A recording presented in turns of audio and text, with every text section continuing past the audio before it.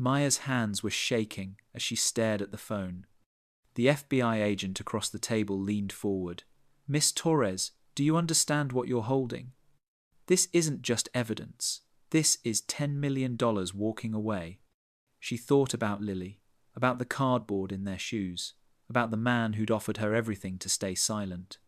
Then she thought about the woman who'd died, keeping this secret for 15 years. "I understand," Maya whispered. "But some things are worth more than money." What she found in that dumpster would either save her family or destroy them both. The rain came down like needles. Maya Torres knelt in the mud behind Repair Tech, her grocery store uniform plastered to her skin, hands deep in the dumpster.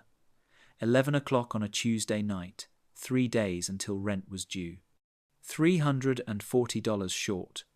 Her fingers closed around something sharp. She didn't pull back, couldn't afford to. Blood mixed with rainwater as she pushed past broken glass and circuit boards, searching for anything worth selling. Old phones, copper wire, anything the pawn shop might take for $20. 40 if she was lucky. That's when she found it. An iPhone, first generation, by the look of it. Scratched aluminum back, cracked screen, but intact. She wiped rain from her face with the back of her wrist and examined it under the flickering streetlight. Maybe $30. Maybe enough for groceries until Friday. This morning felt like a lifetime ago. Lily at the kitchen table, holding up her sneaker, the sole flapping open like a mouth. "Mom, can I get new shoes? Mine have holes." Maya had smiled. "Soon, baby." Her own shoes had cardboard inserts. Lily didn't need to know that. She pocketed the phone and stood, knees aching. Her Honda sat under the broken streetlight, rust spreading across the hood like a disease. Then she heard the engine. A black SUV rolled into the lot, headlights cutting through the rain. Maya's pulse quickened. The passenger door opened. A man stepped out. Expensive suit, designer shoes getting ruined in the puddles. "Excuse me, miss." His voice was smooth, practiced. "I saw you find something. I'd like to make you an offer." Every instinct Maya had screamed danger. She clutched her bag tighter, the phone suddenly heavy in her pocket. "That phone you just found." He pulled out his wallet. "I'll give you $500 cash, right now, no questions." Maya's heart hammered. $500 would solve everything. Rent, shoes, the grinding noise in her car. But his eyes were wrong, too intense, too desperate. "I need to think about it," she said, backing toward her Honda. $1,000. He stepped forward. "Final offer. Tonight only." Maya's hands shook as she unlocked her car. The engine turned over on the third try. She pulled away fast, tires spinning in the wet gravel. In her rearview mirror, the man stood in the rain, phone to his ear. The iPhone in her pocket felt like it was burning. Why would anyone pay $1,000 for a broken phone she'd pulled from the trash? Maya didn't sleep that night. She sat at their kitchen table, the iPhone in front of her, like a question she couldn't answer. The apartment was silent, except for the drip from the bathroom faucet she couldn't afford to fix. Through the thin wall, she could hear Mrs. Rodriguez's TV, some late-night talk show in Spanish. Her hands throbbed where the glass had cut them. She'd wrapped them in paper towels, couldn't waste Band-Aids. The phone wouldn't turn on, dead battery probably. She'd found a charging cable in the junk drawer, the one that still fit those old connectors, but nothing happened when she plugged it in. Maya Torres, 34 years old, grocery store cashier by day, office cleaning at night, single mother to a 9-year-old girl who deserved so much more than this. 3 years since Daniel died on that construction site. 3 years of rebuilding from nothing. The settlement money had vanished into medical bills before he'd even passed. She'd been left with $8,000 in debt and a toddler who asked where Daddy went. She'd clawed her way back. 2 jobs, careful budgeting, saying no to everything that wasn't absolutely necessary. They'd made it work. Barely. Maya picked up the phone again, turned it over in her bandaged hands. It was heavier than she expected, solid. The back had scratches, but the Apple logo was still visible. First-generation iPhone. She'd researched them once, years ago, when she was looking for things to flip online. Worth maybe $50 to $200, depending on condition. So, why had that man offered $1,000? She thought about his eyes, the desperation there, the way he'd stepped into the rain without hesitation, ruining shoes that probably cost more than her rent. "Mom?" Maya turned. Lily stood in the doorway, clutching her stuffed rabbit, the one Daniel had won at a carnival 6 months before he died. "What are you doing up, baby?" "You're not in bed." Lily padded across the linoleum in bare feet. "Are you okay?" Maya forced a smile. "Just thinking. Come here." Lily climbed into her lap, all elbows and knees and warmth. She smelled like the cheap shampoo Maya bought in bulk from the dollar store. "Your hands are hurt." "Just a scratch. I'm fine." Lily touched the phone on the table. "What's that?" "Something I found. Might be able to sell it. Get you those new shoes." "I don't need new shoes." Lily's voice was small. "We can put cardboard in them like yours." Maya's heart cracked. Her daughter was 9 years old.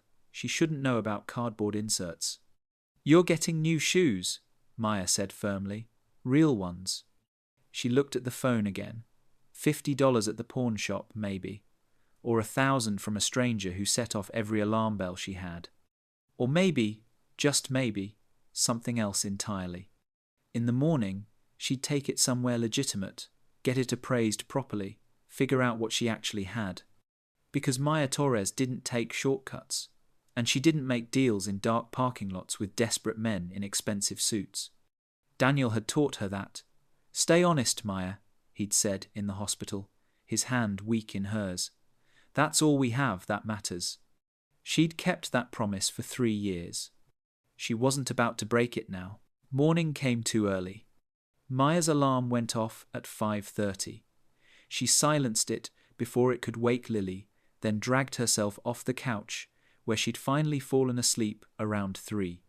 Her hands still hurt. She unwrapped the paper towels, examined the cuts. Not deep enough to need stitches, but they'd sting all day at the register. The apartment was cold. The landlord kept promising to fix the heating. That was 3 months ago. Maya made coffee with yesterday's grounds, added extra water to stretch them. While it brewed, she checked their account balance on her phone. $218. Rent was $700. Due Friday. She'd been short before. Mrs. Chen downstairs had loaned her money once. Maya had paid her back within 2 weeks, even though it meant skipping meals. The iPhone sat on the counter where she'd left it. In the morning light, it looked even more worn. The aluminum back was scratched to hell. The screen had a crack running corner to corner. But something about it felt different. Maya picked it up again, felt that unusual weight. Most old phones felt cheap, hollow. This one had substance. She made Lily breakfast. Generic cereal, the last of the milk.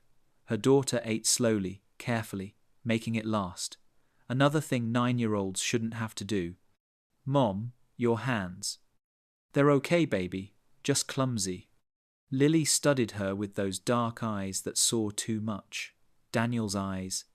"You were in the dumpster again." It wasn't a question. Maya didn't lie to her daughter. Couldn't. "Yeah." "Did you find anything good?" Maya glanced at the phone. "Maybe. I'm going to find out today." After dropping Lily at school, Maya drove to the grocery store for her shift. The Honda's grinding noise was getting worse. She added it to the mental list of problems she couldn't afford to fix. Her manager, Tom, was waiting by the time clock. Mid-50s, perpetually exhausted, divorced twice. "Torres, your hands." "I'm fine to work." "That's not what I asked." "They're bandaged. I can still scan." He sighed. "You're one of my best cashiers. Don't make me worry about you." "You don't have to worry about me." "Yeah, well, I do, anyway." He handed her a small first aid kit. At least use real bandages. Oh, the morning shift crawled. Every beep of the scanner felt like it took a year. Maya's mind kept drifting to the phone, to the stranger in the parking lot, to the rent due in 3 days. During her break, she Googled vintage iPhone appraisal near me. Tech Legacy came up first, a shop downtown specializing in vintage electronics. The reviews were good, fair prices, honest assessment. Owner really knows his stuff. Maya called. A man answered on the third ring, voice rough with age. Tech Legacy. Hi, I have an old iPhone I'd like appraised. First generation, I think. Sure, bring it by any time. I'm here until 6. What's the fee for an appraisal? Pause. No fee. I like looking at old tech. If you want to sell, we negotiate. If not, no harm done. That decided it. After her shift, Maya picked up Lily from after-school care and drove downtown. Tech Legacy occupied a narrow storefront between a pawn shop and a closed laundromat. The window displayed vintage computers, old game consoles, phones from the early 2000s. Inside smelled like coffee and solder. Shelves lined every wall, crammed with electronics in various states of repair. Behind the counter sat a man in his 60s, Asian, wire-rimmed glasses, wearing a t-shirt that said, "I void warranties." He looked up when the door chimed. "Help you?" "I called earlier. About the iPhone." Right. He stood, gestured them to the counter. "I'm Marcus Chen. Let's see what you've got." Maya pulled out the phone. Marcus took it carefully, his expression neutral. He turned it over, examining the back. Then his hands started shaking. "Where did you get this?" The question was sharp, urgent. Maya's instinct flared. "I found it, legally, in a dumpster." "Which dumpster?" "Behind Repair Tech on 5th Street, 2 nights ago." "Why?" Marcus set the phone down like it might explode. He pulled out a magnifying glass, studied the serial number on the back. His face went pale. "Ma'am." He looked at her directly.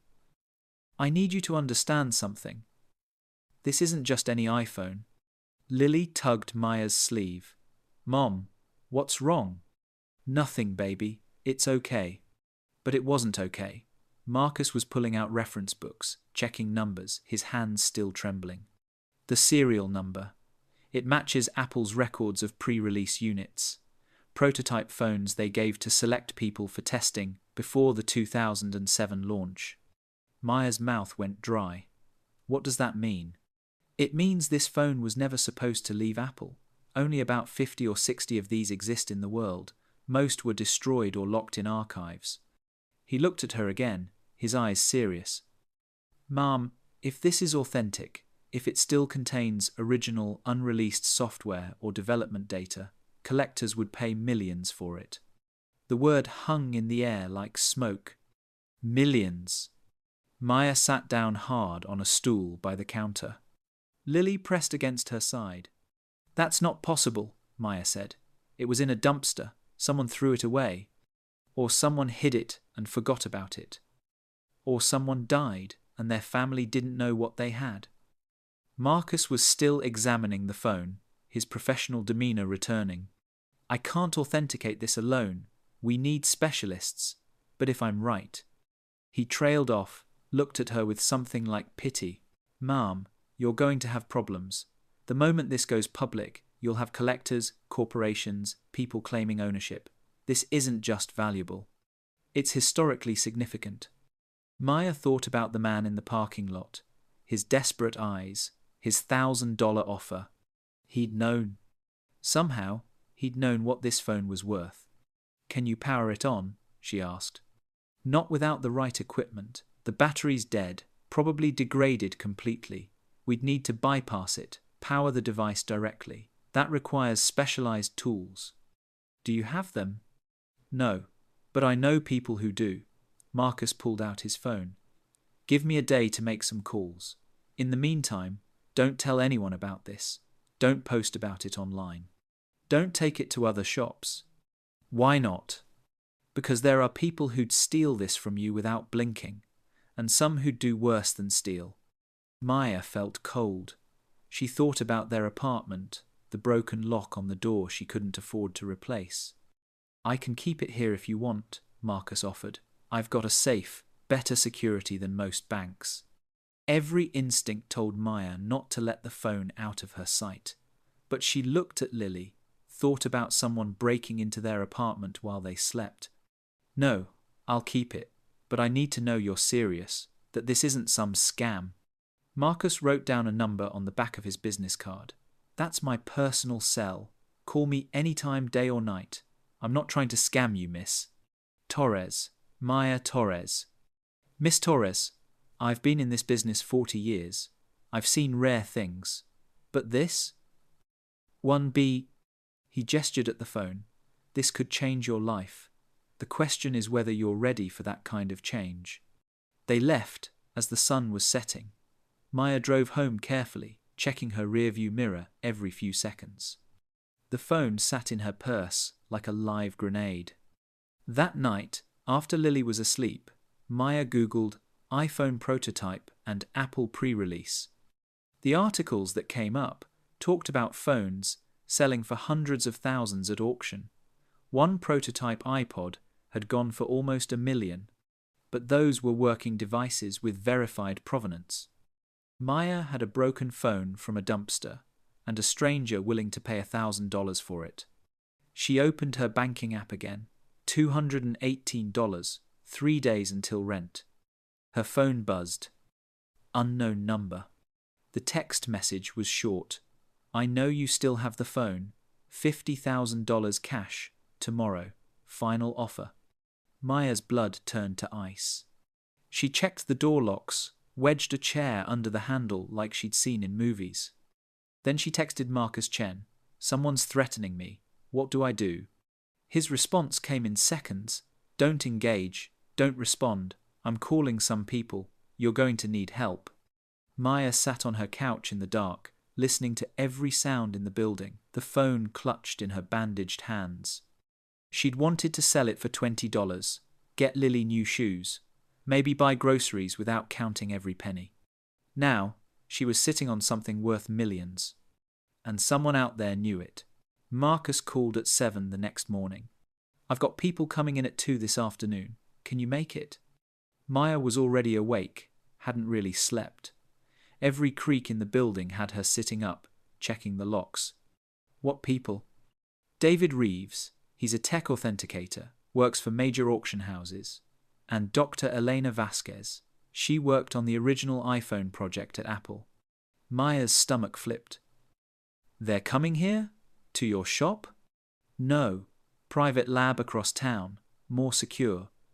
These folks don't work cheap, but I explained your situation. They're doing this as a favor to me. I can't afford. No charge. They want to see it. A genuine prototype? That's history. Maya looked at Lily, still asleep on the bed they shared now. She'd moved her daughter into the living room last night, closer to the exits. Okay, 2 o'clock. Maya, Marcus's voice dropped. Bring someone with you. Don't come alone.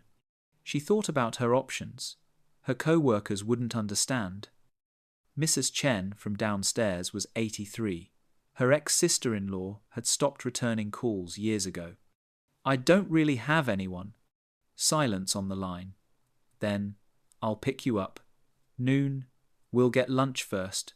Make sure you're comfortable with everything before the meeting. Something in her chest loosened. Thank you. Don't thank me yet. This gets complicated from here. Maya called in sick to work. Tom didn't sound surprised. You need a few days. Take them. You've got sick time saved. She didn't, but she wasn't going to argue. The morning dragged. Maya made breakfast, helped Lily with her homework, tried to act normal, but her eyes kept drifting to her purse, where the phone sat wrapped in a dish towel. At 10, another text came. Different number. Miss Torres, we need to talk about the item you recovered. Please call me David Chen. Apex Recovery Services. She showed it to Marcus when he arrived. His face darkened. Apex Recovery, corporate investigation firm. They find valuable property for clients, sometimes legally. And sometimes? Sometimes not. Don't respond. Don't engage. They left Lily with Mrs. Chen, who asked no questions, just gave Maya a knowing look and pressed $20 into her hand. For the girl. She needs shoes. Maya's eyes burned. I'll pay you back. Hush. You always do. The lab was in an industrial area, unmarked building with security cameras. Marcus had to buzz them in.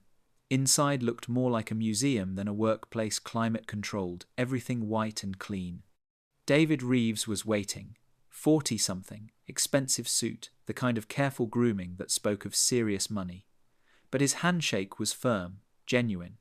Miss Torres, Marcus has told me about your situation. Which situation? The valuable phone or the people threatening me? A smile flickered across his face.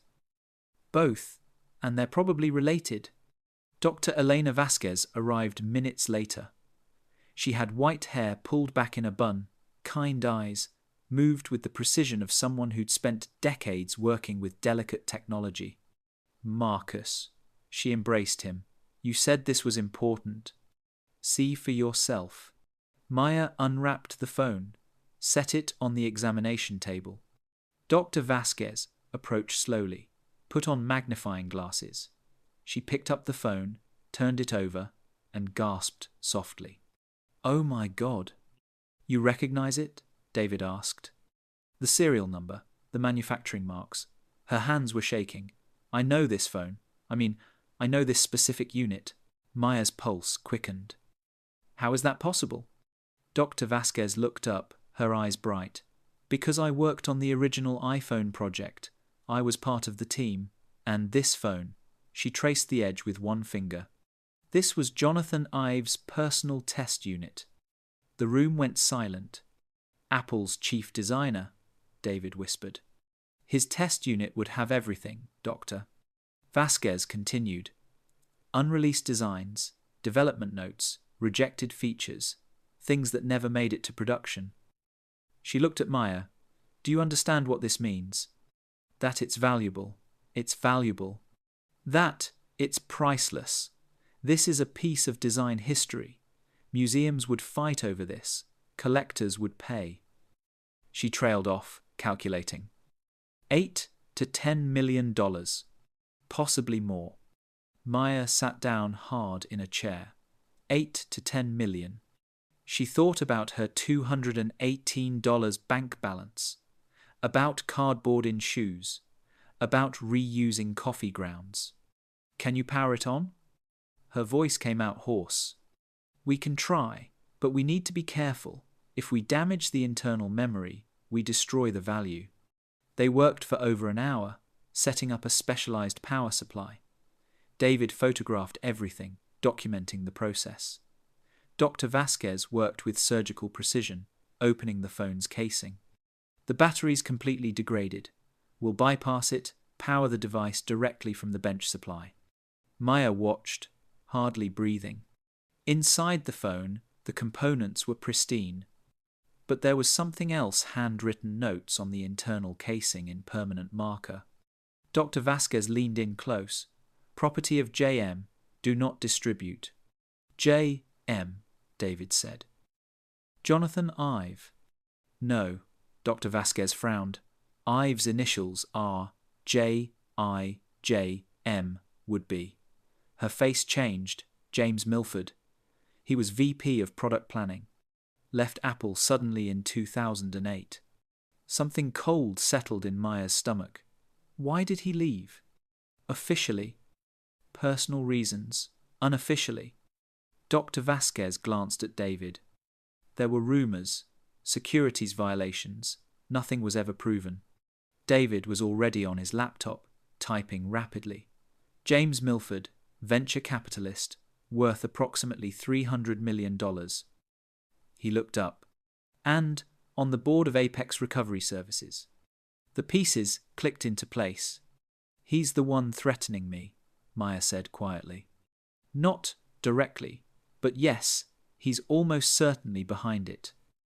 David's expression was grim. If this was his phone, and there's something on it he doesn't want found. Dr. Vasquez connected the power supply. The phone's screen flickered.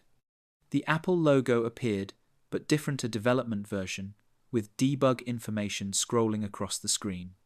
Then, it booted into an interface Maya had never seen. No apps, no home screen, just folders with technical names. Camera test, UI concepts, unreleased apps.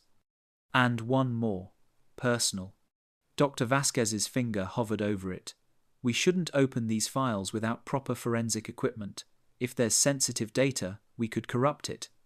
But she clicked on personal anyway. Thumbnails appeared, photos, dozens of them. Most were of prototypes, design sketches, internal memos. But one caught Maya's attention.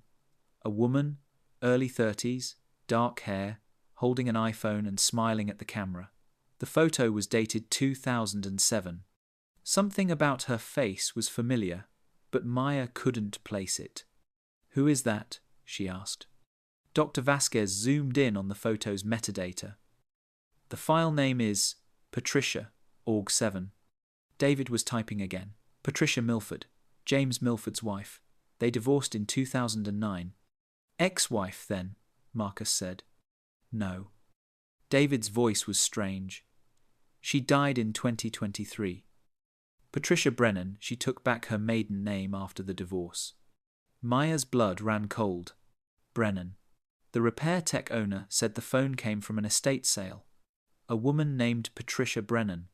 The room went very quiet.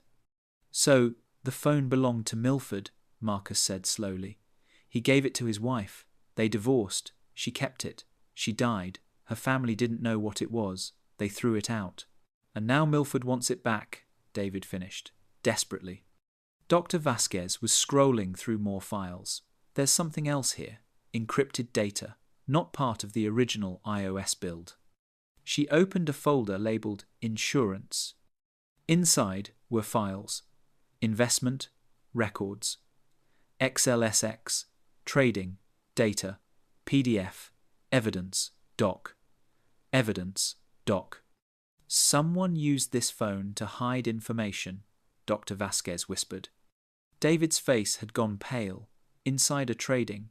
That's why he left Apple. He was using product launch information to make illegal stock trades. And his wife found out, Maya said, the pieces falling into place. She took the phone as evidence, kept it as insurance in case he came after her. But she never turned him in, Marcus added, just held on to it, for 15 years. Dr. Vasquez closed the files carefully. We need to stop.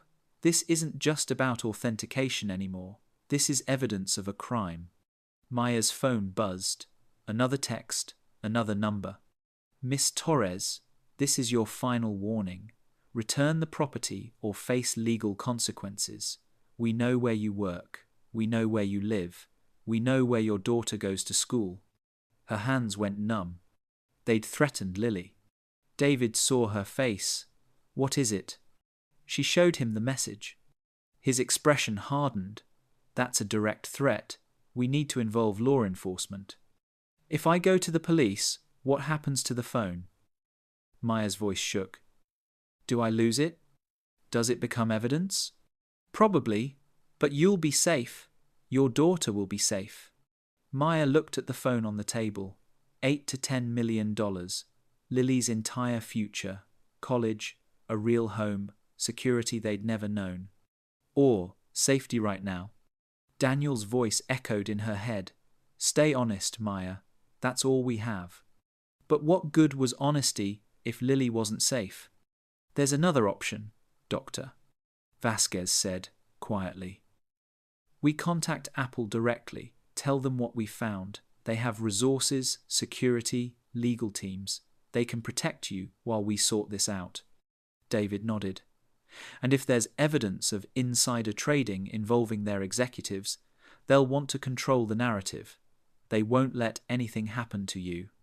Unless they just take the phone and shut me out, Maya said. That's a risk, David admitted. But it's better than facing Apex recovery alone. Maya picked up the phone, felt its weight in her hands. This piece of glass and metal that was worth millions, that men would threaten children to possess. Make the call, she said. Contact Apple, but I want it in writing. The phone is mine. I found it legally. Whatever they do with the evidence, I keep ownership. I can make that happen, David said. As he dialed, Marcus moved closer to Maya. You're doing the right thing. Am I? I could take Milford's offer. $50,000, walk away. You could, but then you'd be looking over your shoulder forever, and he'd still have gotten away with it. Maya thought about Patricia Brennan, a woman who'd lived in fear for 15 years, who'd kept evidence but never used it, who'd died with her secret. No more secrets. No more fear. How fast can Apple get here? She asked. David looked up from his phone. They want to meet tomorrow. Their headquarters in Cupertino. They're sending security tonight, for you and your daughter. Tonight? Maya. His voice was gentle. James Milford has $300 million and no conscience. You have a phone with evidence that could destroy him. Do you really want to go home tonight? She thought about their apartment. The broken lock. Lily sleeping in the living room. No, she whispered. No, I don't. Apple's security arrived at 8 that night. 2 men in dark suits, professional and polite. They drove Maya and Lily to a hotel near the airport corporate suite, 2 bedrooms, room service menu that made Lily's eyes go wide. Mom, can we really order anything? Maya looked at the security guard, a man named Harrison, who had kind eyes despite his intimidating build. Compliments of Apple, Mom. Order whatever you'd like. Lily chose chicken fingers and fries. Maya couldn't eat. She sat by the window while her daughter watched cartoons, the phone in her lap, thinking about Patricia Brennan, a woman who'd kept this secret for 15 years. Who'd divorced her wealthy husband and lived modestly, quietly, holding on to evidence she never used. Why? If Patricia had proof of insider trading, why not turn it in? Why live in fear? Maya opened her laptop, searched for Patricia Brennan's obituary. It was brief. Patricia Ann Brennan, 58, passed away peacefully at home, survived by daughter Kelly Brennan. Private services. No mention of a former marriage, no mention of Apple or technology. A woman who'd erased her past. Maya found Kelly Brennan on social media, 45, living in Portland, worked as a teacher. Her profile was public photos of her classroom, her students' artwork, a golden retriever named Biscuit. No sign she knew her mother had been sitting on millions. Maya's phone buzzed. David Reeves. How are you holding up? Honestly, I'm terrified. That's normal. Listen, I've been going through Apple's proposed contract. They want exclusive rights to examine the phone, but ownership remains yours. If they decide to acquire it for their museum, they're offering $3 million. Maya's breath caught. $3 million? You said 8 to 10. That was before we knew about the evidence. Apple's lawyers are being conservative. If this goes to court, if Milford's crimes become public, the phone's value drops. It becomes evidence, not a collectible. So, I'm being punished for doing the right thing. Silence. Then, yes, basically. Maya laughed bitterly. Of course. But $3 million is still life-changing money. And Apple's offering protection, legal support, everything you need to stay safe. What about Patricia's daughter, Kelly? She threw this away without knowing what it was. That's generous of you, but legally. I don't care about legally. Her mother lived in fear because of what's on this phone. The least I can do is make sure Kelly knows her mom wasn't paranoid. She was brave. David was quiet. I'll see what I can arrange. After they hung up, Maya noticed Lily had fallen asleep, chicken fingers half eaten. She carried her daughter to bed, kissed her forehead. We're going to be okay, baby, she whispered. I promise. But promises felt fragile tonight. The next morning, They flew to San Francisco. First class, another courtesy of Apple. Lily pressed her face to the window during takeoff, grinning. "Mom, the cars look like toys." Maya tried to smile, tried to feel the excitement her daughter felt. But all she could think about was James Milford, a man who'd threatened her child to protect his secrets. Apple's headquarters in Cupertino looked like something from the future. Massive glass building, circular, gleaming in the California Sunday. Security met them at the entrance, ushered them through corridors that felt more like art galleries than offices. The conference room had floor-to-ceiling windows overlooking the campus. Waiting inside were 5 people, 3 lawyers in expensive suits, a woman who introduced herself as Apple's general counsel, and James Milford. Maya stopped dead. He stood by the window, silver-haired, confident, wearing a suit that probably cost more than her car.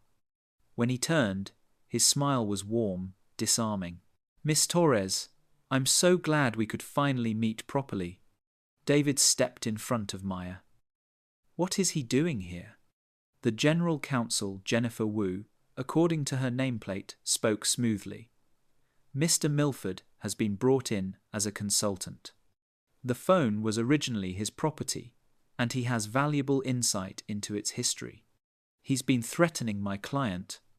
"Those were unfortunate miscommunications," Milford said, his tone reasonable. "Apex Recovery acted without my full knowledge. I've since terminated that relationship and personally apologized to Miss Torres." He looked at Maya directly. His eyes were blue, sincere. Nothing like the desperate man in the parking lot. Maya's instincts screamed, but she couldn't articulate why. "Shall we sit?" Jennifer Wu gestured to the conference table. The next hour was a blur of legal language. Contracts, NDAs, terms of acquisition. Apple wanted the phone for $3 million. They'd handle all legal issues related to the insider trading evidence. Maya would be protected, compensated, and free to move on with her life. It all sounded perfect. Too perfect. "What happens to the evidence?" Maya asked. "The files about the stock trades?" "We'll turn them over to appropriate authorities," Jennifer said. "The SEC, FBI, whoever has jurisdiction." "And Mr. Milford?" Silence. Milford leaned forward, his expression pained. "Miss Torres, I won't lie to you. What's on that phone could destroy my reputation. But I want you to know I've spent 15 years making amends. I built a charitable foundation. I donate millions to education, healthcare, technology access for underserved communities." He pulled out his phone, showed her photos. Children in computer labs, scholarships awarded, medical clinics funded. "I made mistakes when I was younger, terrible mistakes, but I've tried to do better, to be better." His voice cracked slightly. "If this evidence goes public, all of that work becomes tainted. The foundation loses credibility. The people I've helped suffer." Maya felt something shift inside her. This wasn't the monster she'd imagined. This was a man who'd made mistakes and spent years trying to fix them. "You threatened my daughter." "I know, and I will regret that forever. I was desperate, terrified, but that's no excuse." He looked at her with those sincere blue eyes. "I'm asking for mercy, Miss Torres. Not for me, but for the thousands of people my foundation helps." Jennifer Wu slid a document across the table. "Apple is prepared to offer additional compensation. $5 million total. 3 for the phone, 2 as a settlement for the distress caused by the Apex Recovery situation. $5 million. Maya's hands trembled. $5 million would change everything. Lily's education, their home, their future, security forever. And all she had to do was let a man who'd committed crimes walk free. "What about Patricia?" Maya's voice came out hoarse. "Your ex-wife. She kept this evidence for 15 years. She lived in fear because of you."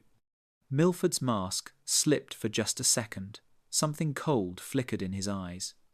Then it was gone, replaced by that warm sincerity. Patricia had mental health issues. She was paranoid, saw conspiracies everywhere. Our divorce was difficult. She took the phone out of spite, convinced herself I was some kind of criminal mastermind. He sighed. I tried to help her, but she wouldn't accept it. I'm sorry she spent her last years in fear, but that fear wasn't based in reality. The trading records can be explained. I'll cooperate fully with any investigation. I have nothing to hide. He was lying. Maya knew it in her bones, the same way she'd known the man in the parking lot was dangerous. But she couldn't prove it. And $5 million sat in front of her like salvation. David touched her arm. Can we have a moment?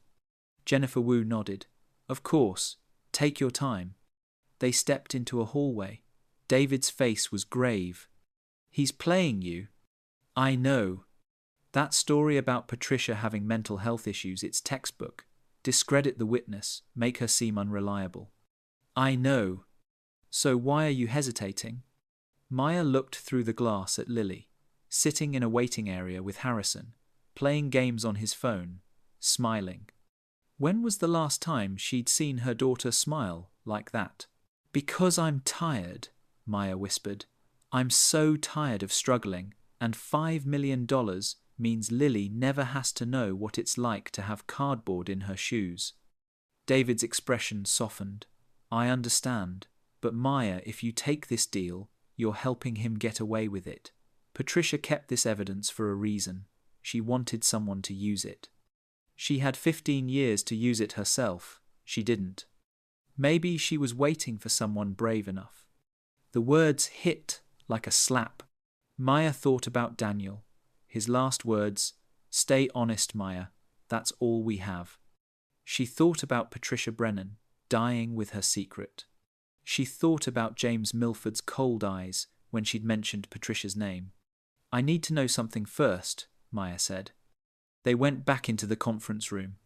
Maya sat down, looked directly at Milford. Did Patricia ever try to turn you in? He blinked. I'm sorry? In 15 years, did your ex-wife ever try to report you, go to the authorities? No, because there was nothing to report. Or because you threatened her, like you threatened me. The room went silent. Milford's smile never wavered. Miss Torres, I think grief and stress are affecting your judgment. I want to talk to Patricia's daughter, Kelly, before I sign anything. Jennifer Wu frowned. That's unusual. I don't care.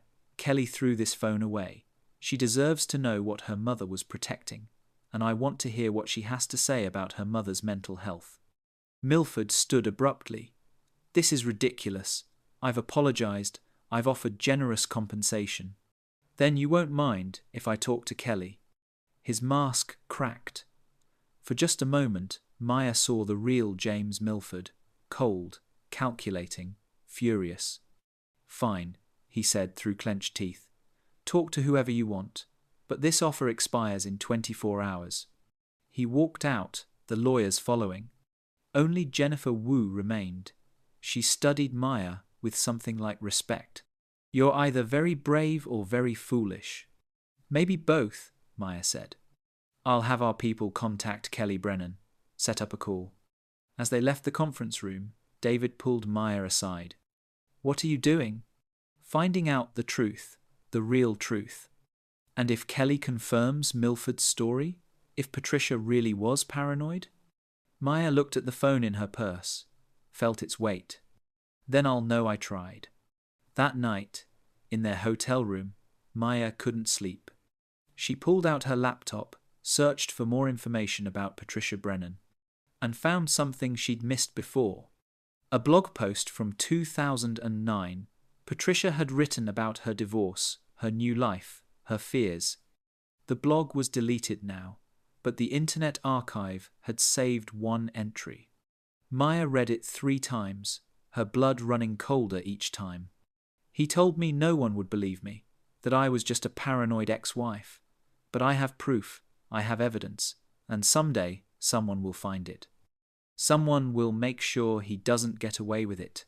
The post was dated December 2008, 1 month after Milford left Apple.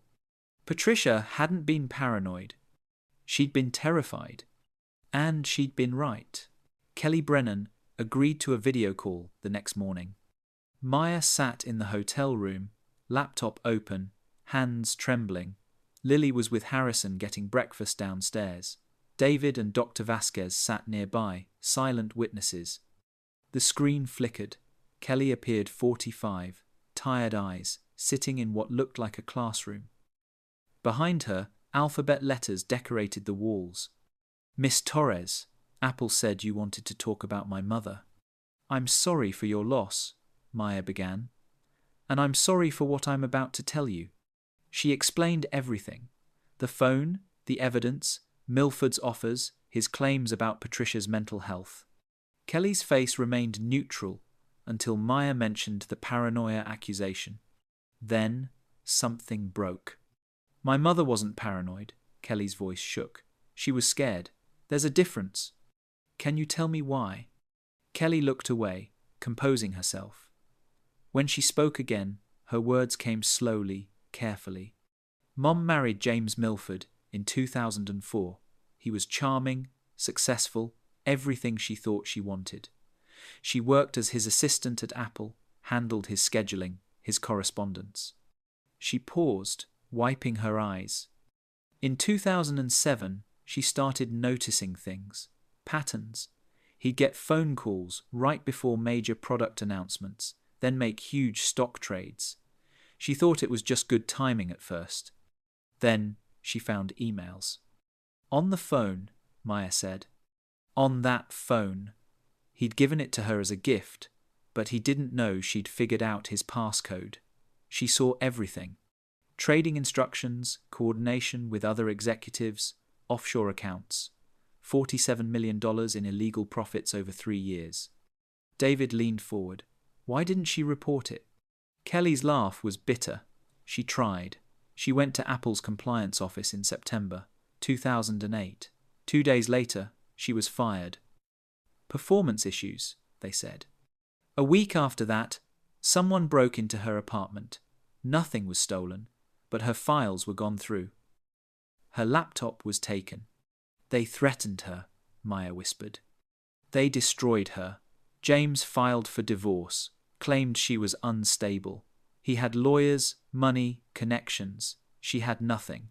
The compliance officer who'd taken her report transferred to another division. The emails she'd printed disappeared from her apartment during the break-in. But she kept the phone. She kept the phone, powered it off, hid it in a box of old electronics, moved 3 times in 2 years. She thought, if she just stayed quiet, he'd leave her alone. Kelly's voice cracked. And he did. For 15 years, she lived small, lived scared, worked retail, avoided social media, cut ties with everyone who knew James. She became invisible. But she never deleted the evidence. No, she told me. Near the end, she had cancer. 6 months to live, she said. Someday someone will find it. Someone braver than me. Maya felt tears on her cheeks. She died believing she was a coward, Kelly continued. That she should have fought harder. I tried to tell her it wasn't her fault, that she'd been up against impossible odds, but she never forgave herself. The room was silent except for the hum of the laptop. Miss Torres, Apple's lawyers called me yesterday. They offered me $200,000 to tell you my mother had mental health issues, to back up James's story. Maya's stomach dropped. I told them no. My mother was a lot of things, but she wasn't crazy. And I won't let James Milford rewrite her story to protect himself. What do you want me to do? Maya asked. Kelly looked directly at the camera.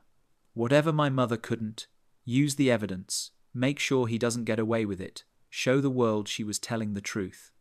After the call ended, Maya sat motionless. David broke the silence. Apple tried to bribe her daughter. They're protecting Milford, Dr. Vasquez said quietly. He's still connected, Still powerful. This goes deeper than we thought. Maya's phone buzzed. A text from an unknown number. Miss Torres. Final offer, $10 million. Take it and walk away. Last chance. She showed it to David. He swore under his breath. He's panicking, doubling down. $10 million, Maya whispered. Lily would never want for anything. But you'd know, Dr. Vasquez said gently. Every time you looked at your daughter, you'd know you helped a criminal go free. You'd know Patricia Brennan died believing she was a coward because no one validated her courage. Maya thought about Daniel, about his hand in hers, his voice weak but certain. Stay honest, Maya. That's all we have. She thought about Patricia, living in fear for 15 years, dying with regrets. She thought about Lily, who deserved new shoes and college and a future. But more than that, Lily deserved a mother she could be proud of. I need to see the files, Maya said. All of them. Everything Patricia saved. Dr. Vasquez pulled out her laptop. She'd made encrypted copies of the phone's contents, the trading records, the emails, the coordination with other executives. Maya read through them. The evidence was damning. Specific dates, amounts, insider information used to make millions. And not just Milford, 2 other Apple executives were named. Men who still held positions of power in the tech industry. But there was one more file, titled, For Whoever Finds This. Dr. Vasquez opened it. A video file, dated March 2023, 3 months before Patricia died. Maya clicked play. Patricia Brennan appeared on screen, thin, clearly ill, but her eyes were clear, determined.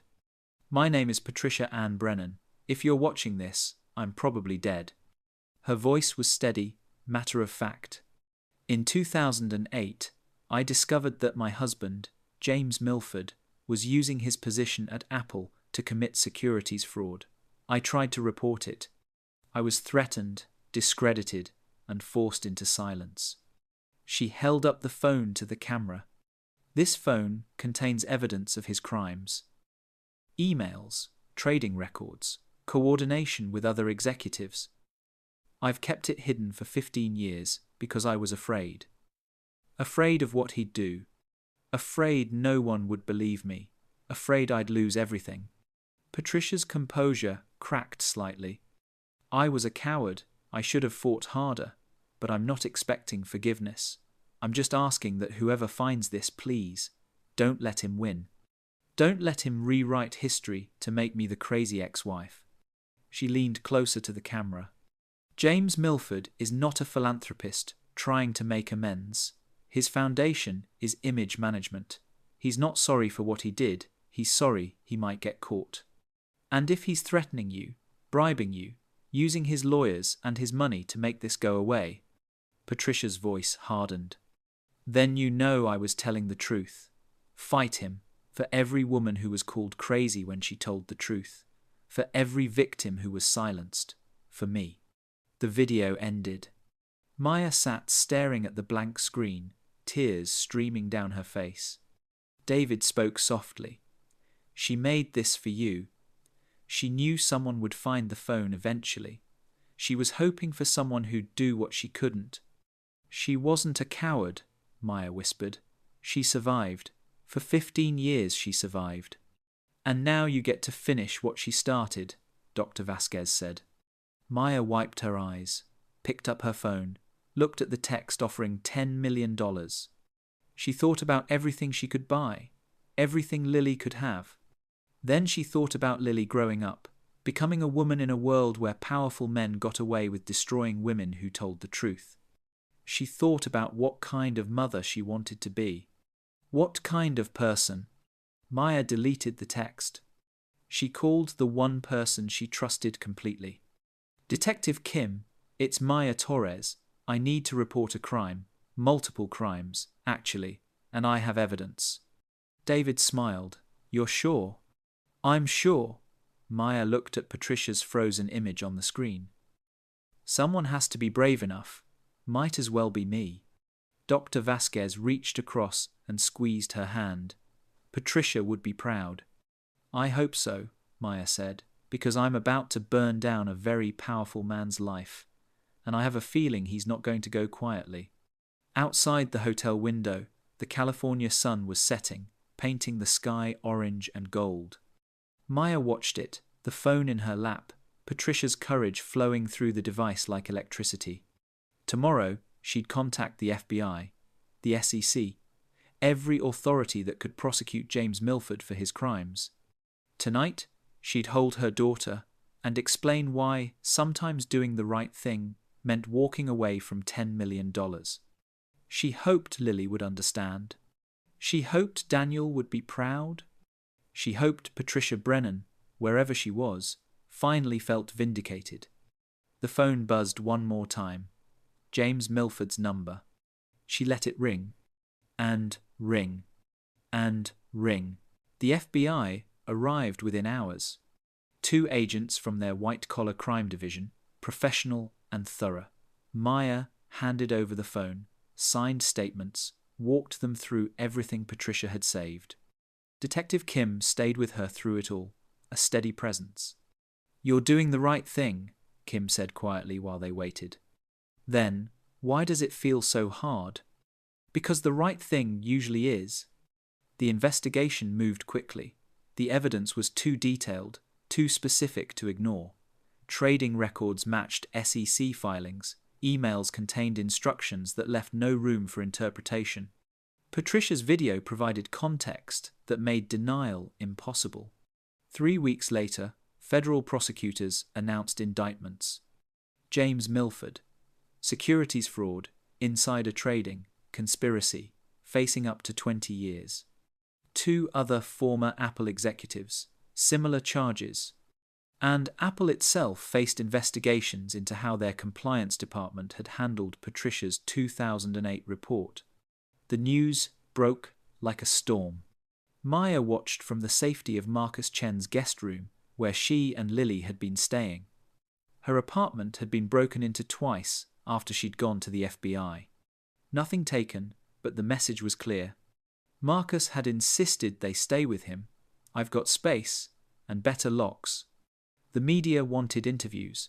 Publishers wanted book deals. Documentary filmmakers called offering 6 figures. Maya refused them all. "This isn't my story," she told David. "It's Patricia's."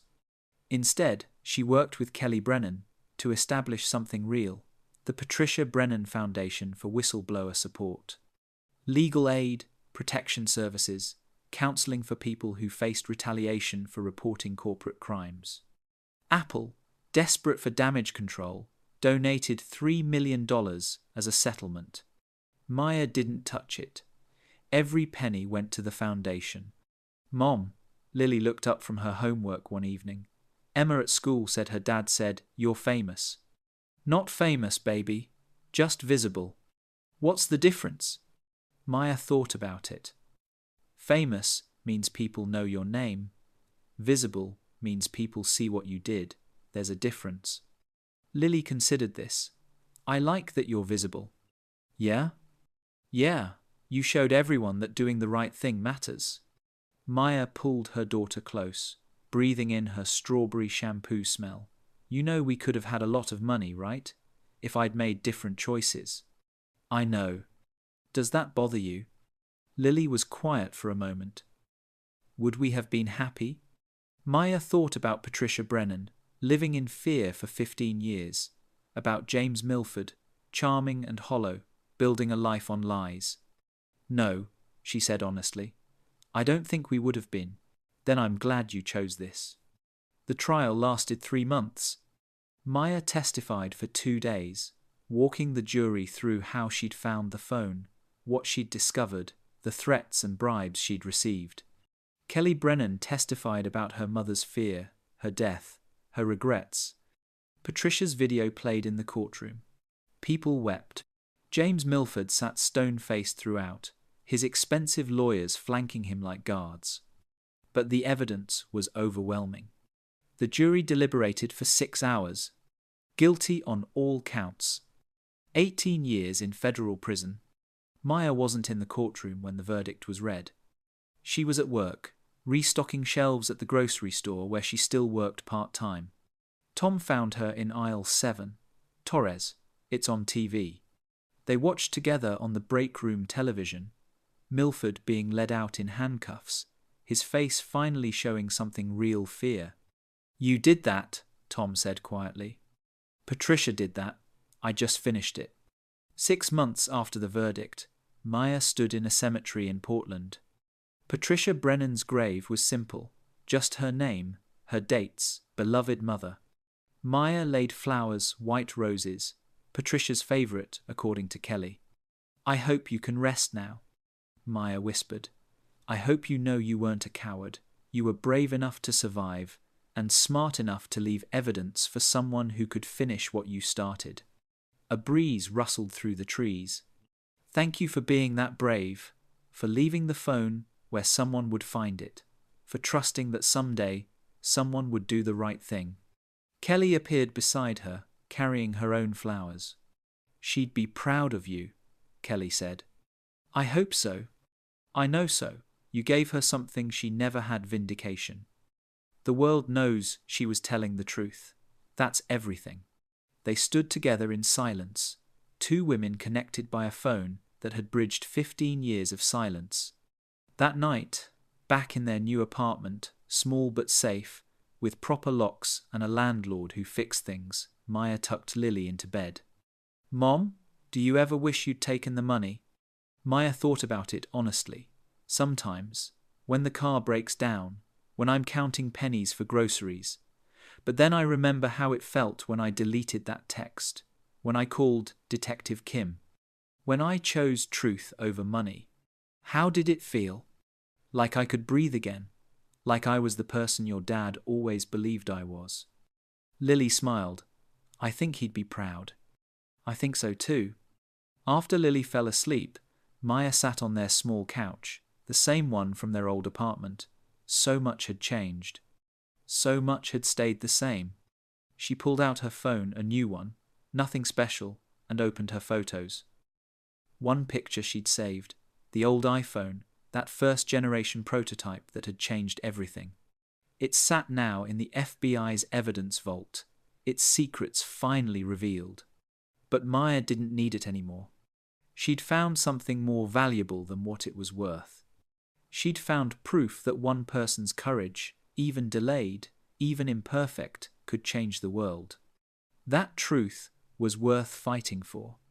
That integrity wasn't just about what you refused to lose, it was about what you chose to become. Outside their window, the city lights flickered like stars. Maya thought about Patricia, finally at peace. About Lily, growing up in a world where her mother had chosen right over easy. About Daniel, who taught her that honesty was all they had. He'd been right. It was enough. It was everything. 2 years later, Maya stood outside the Patricia Brennan Foundation's new office, a small storefront in downtown Portland, windows bright with purpose.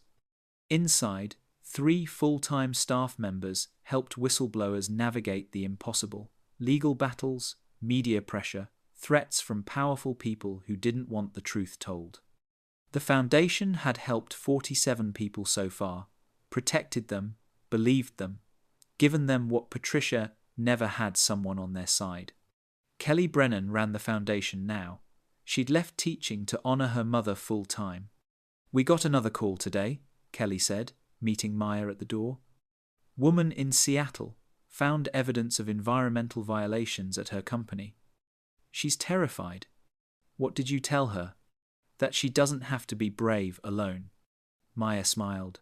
Good answer. Inside, a wall displayed photos. Patricia's story anchored the center, her picture, her video testimony, the headline, Whistleblower Vindicated after 15 years. Below it, one person's courage can change everything.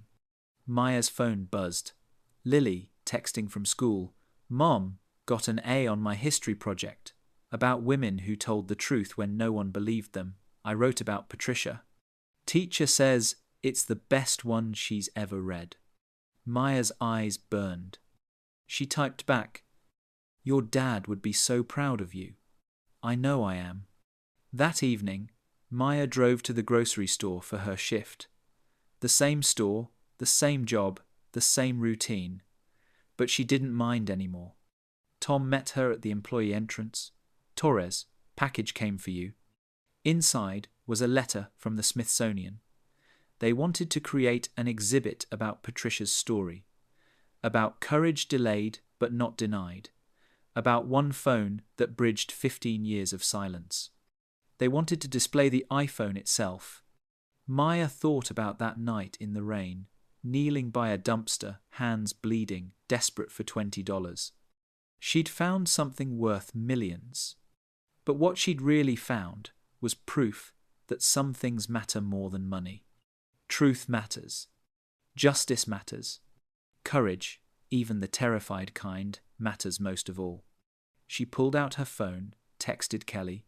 Smithsonian wants the phone for an exhibit. Patricia's story.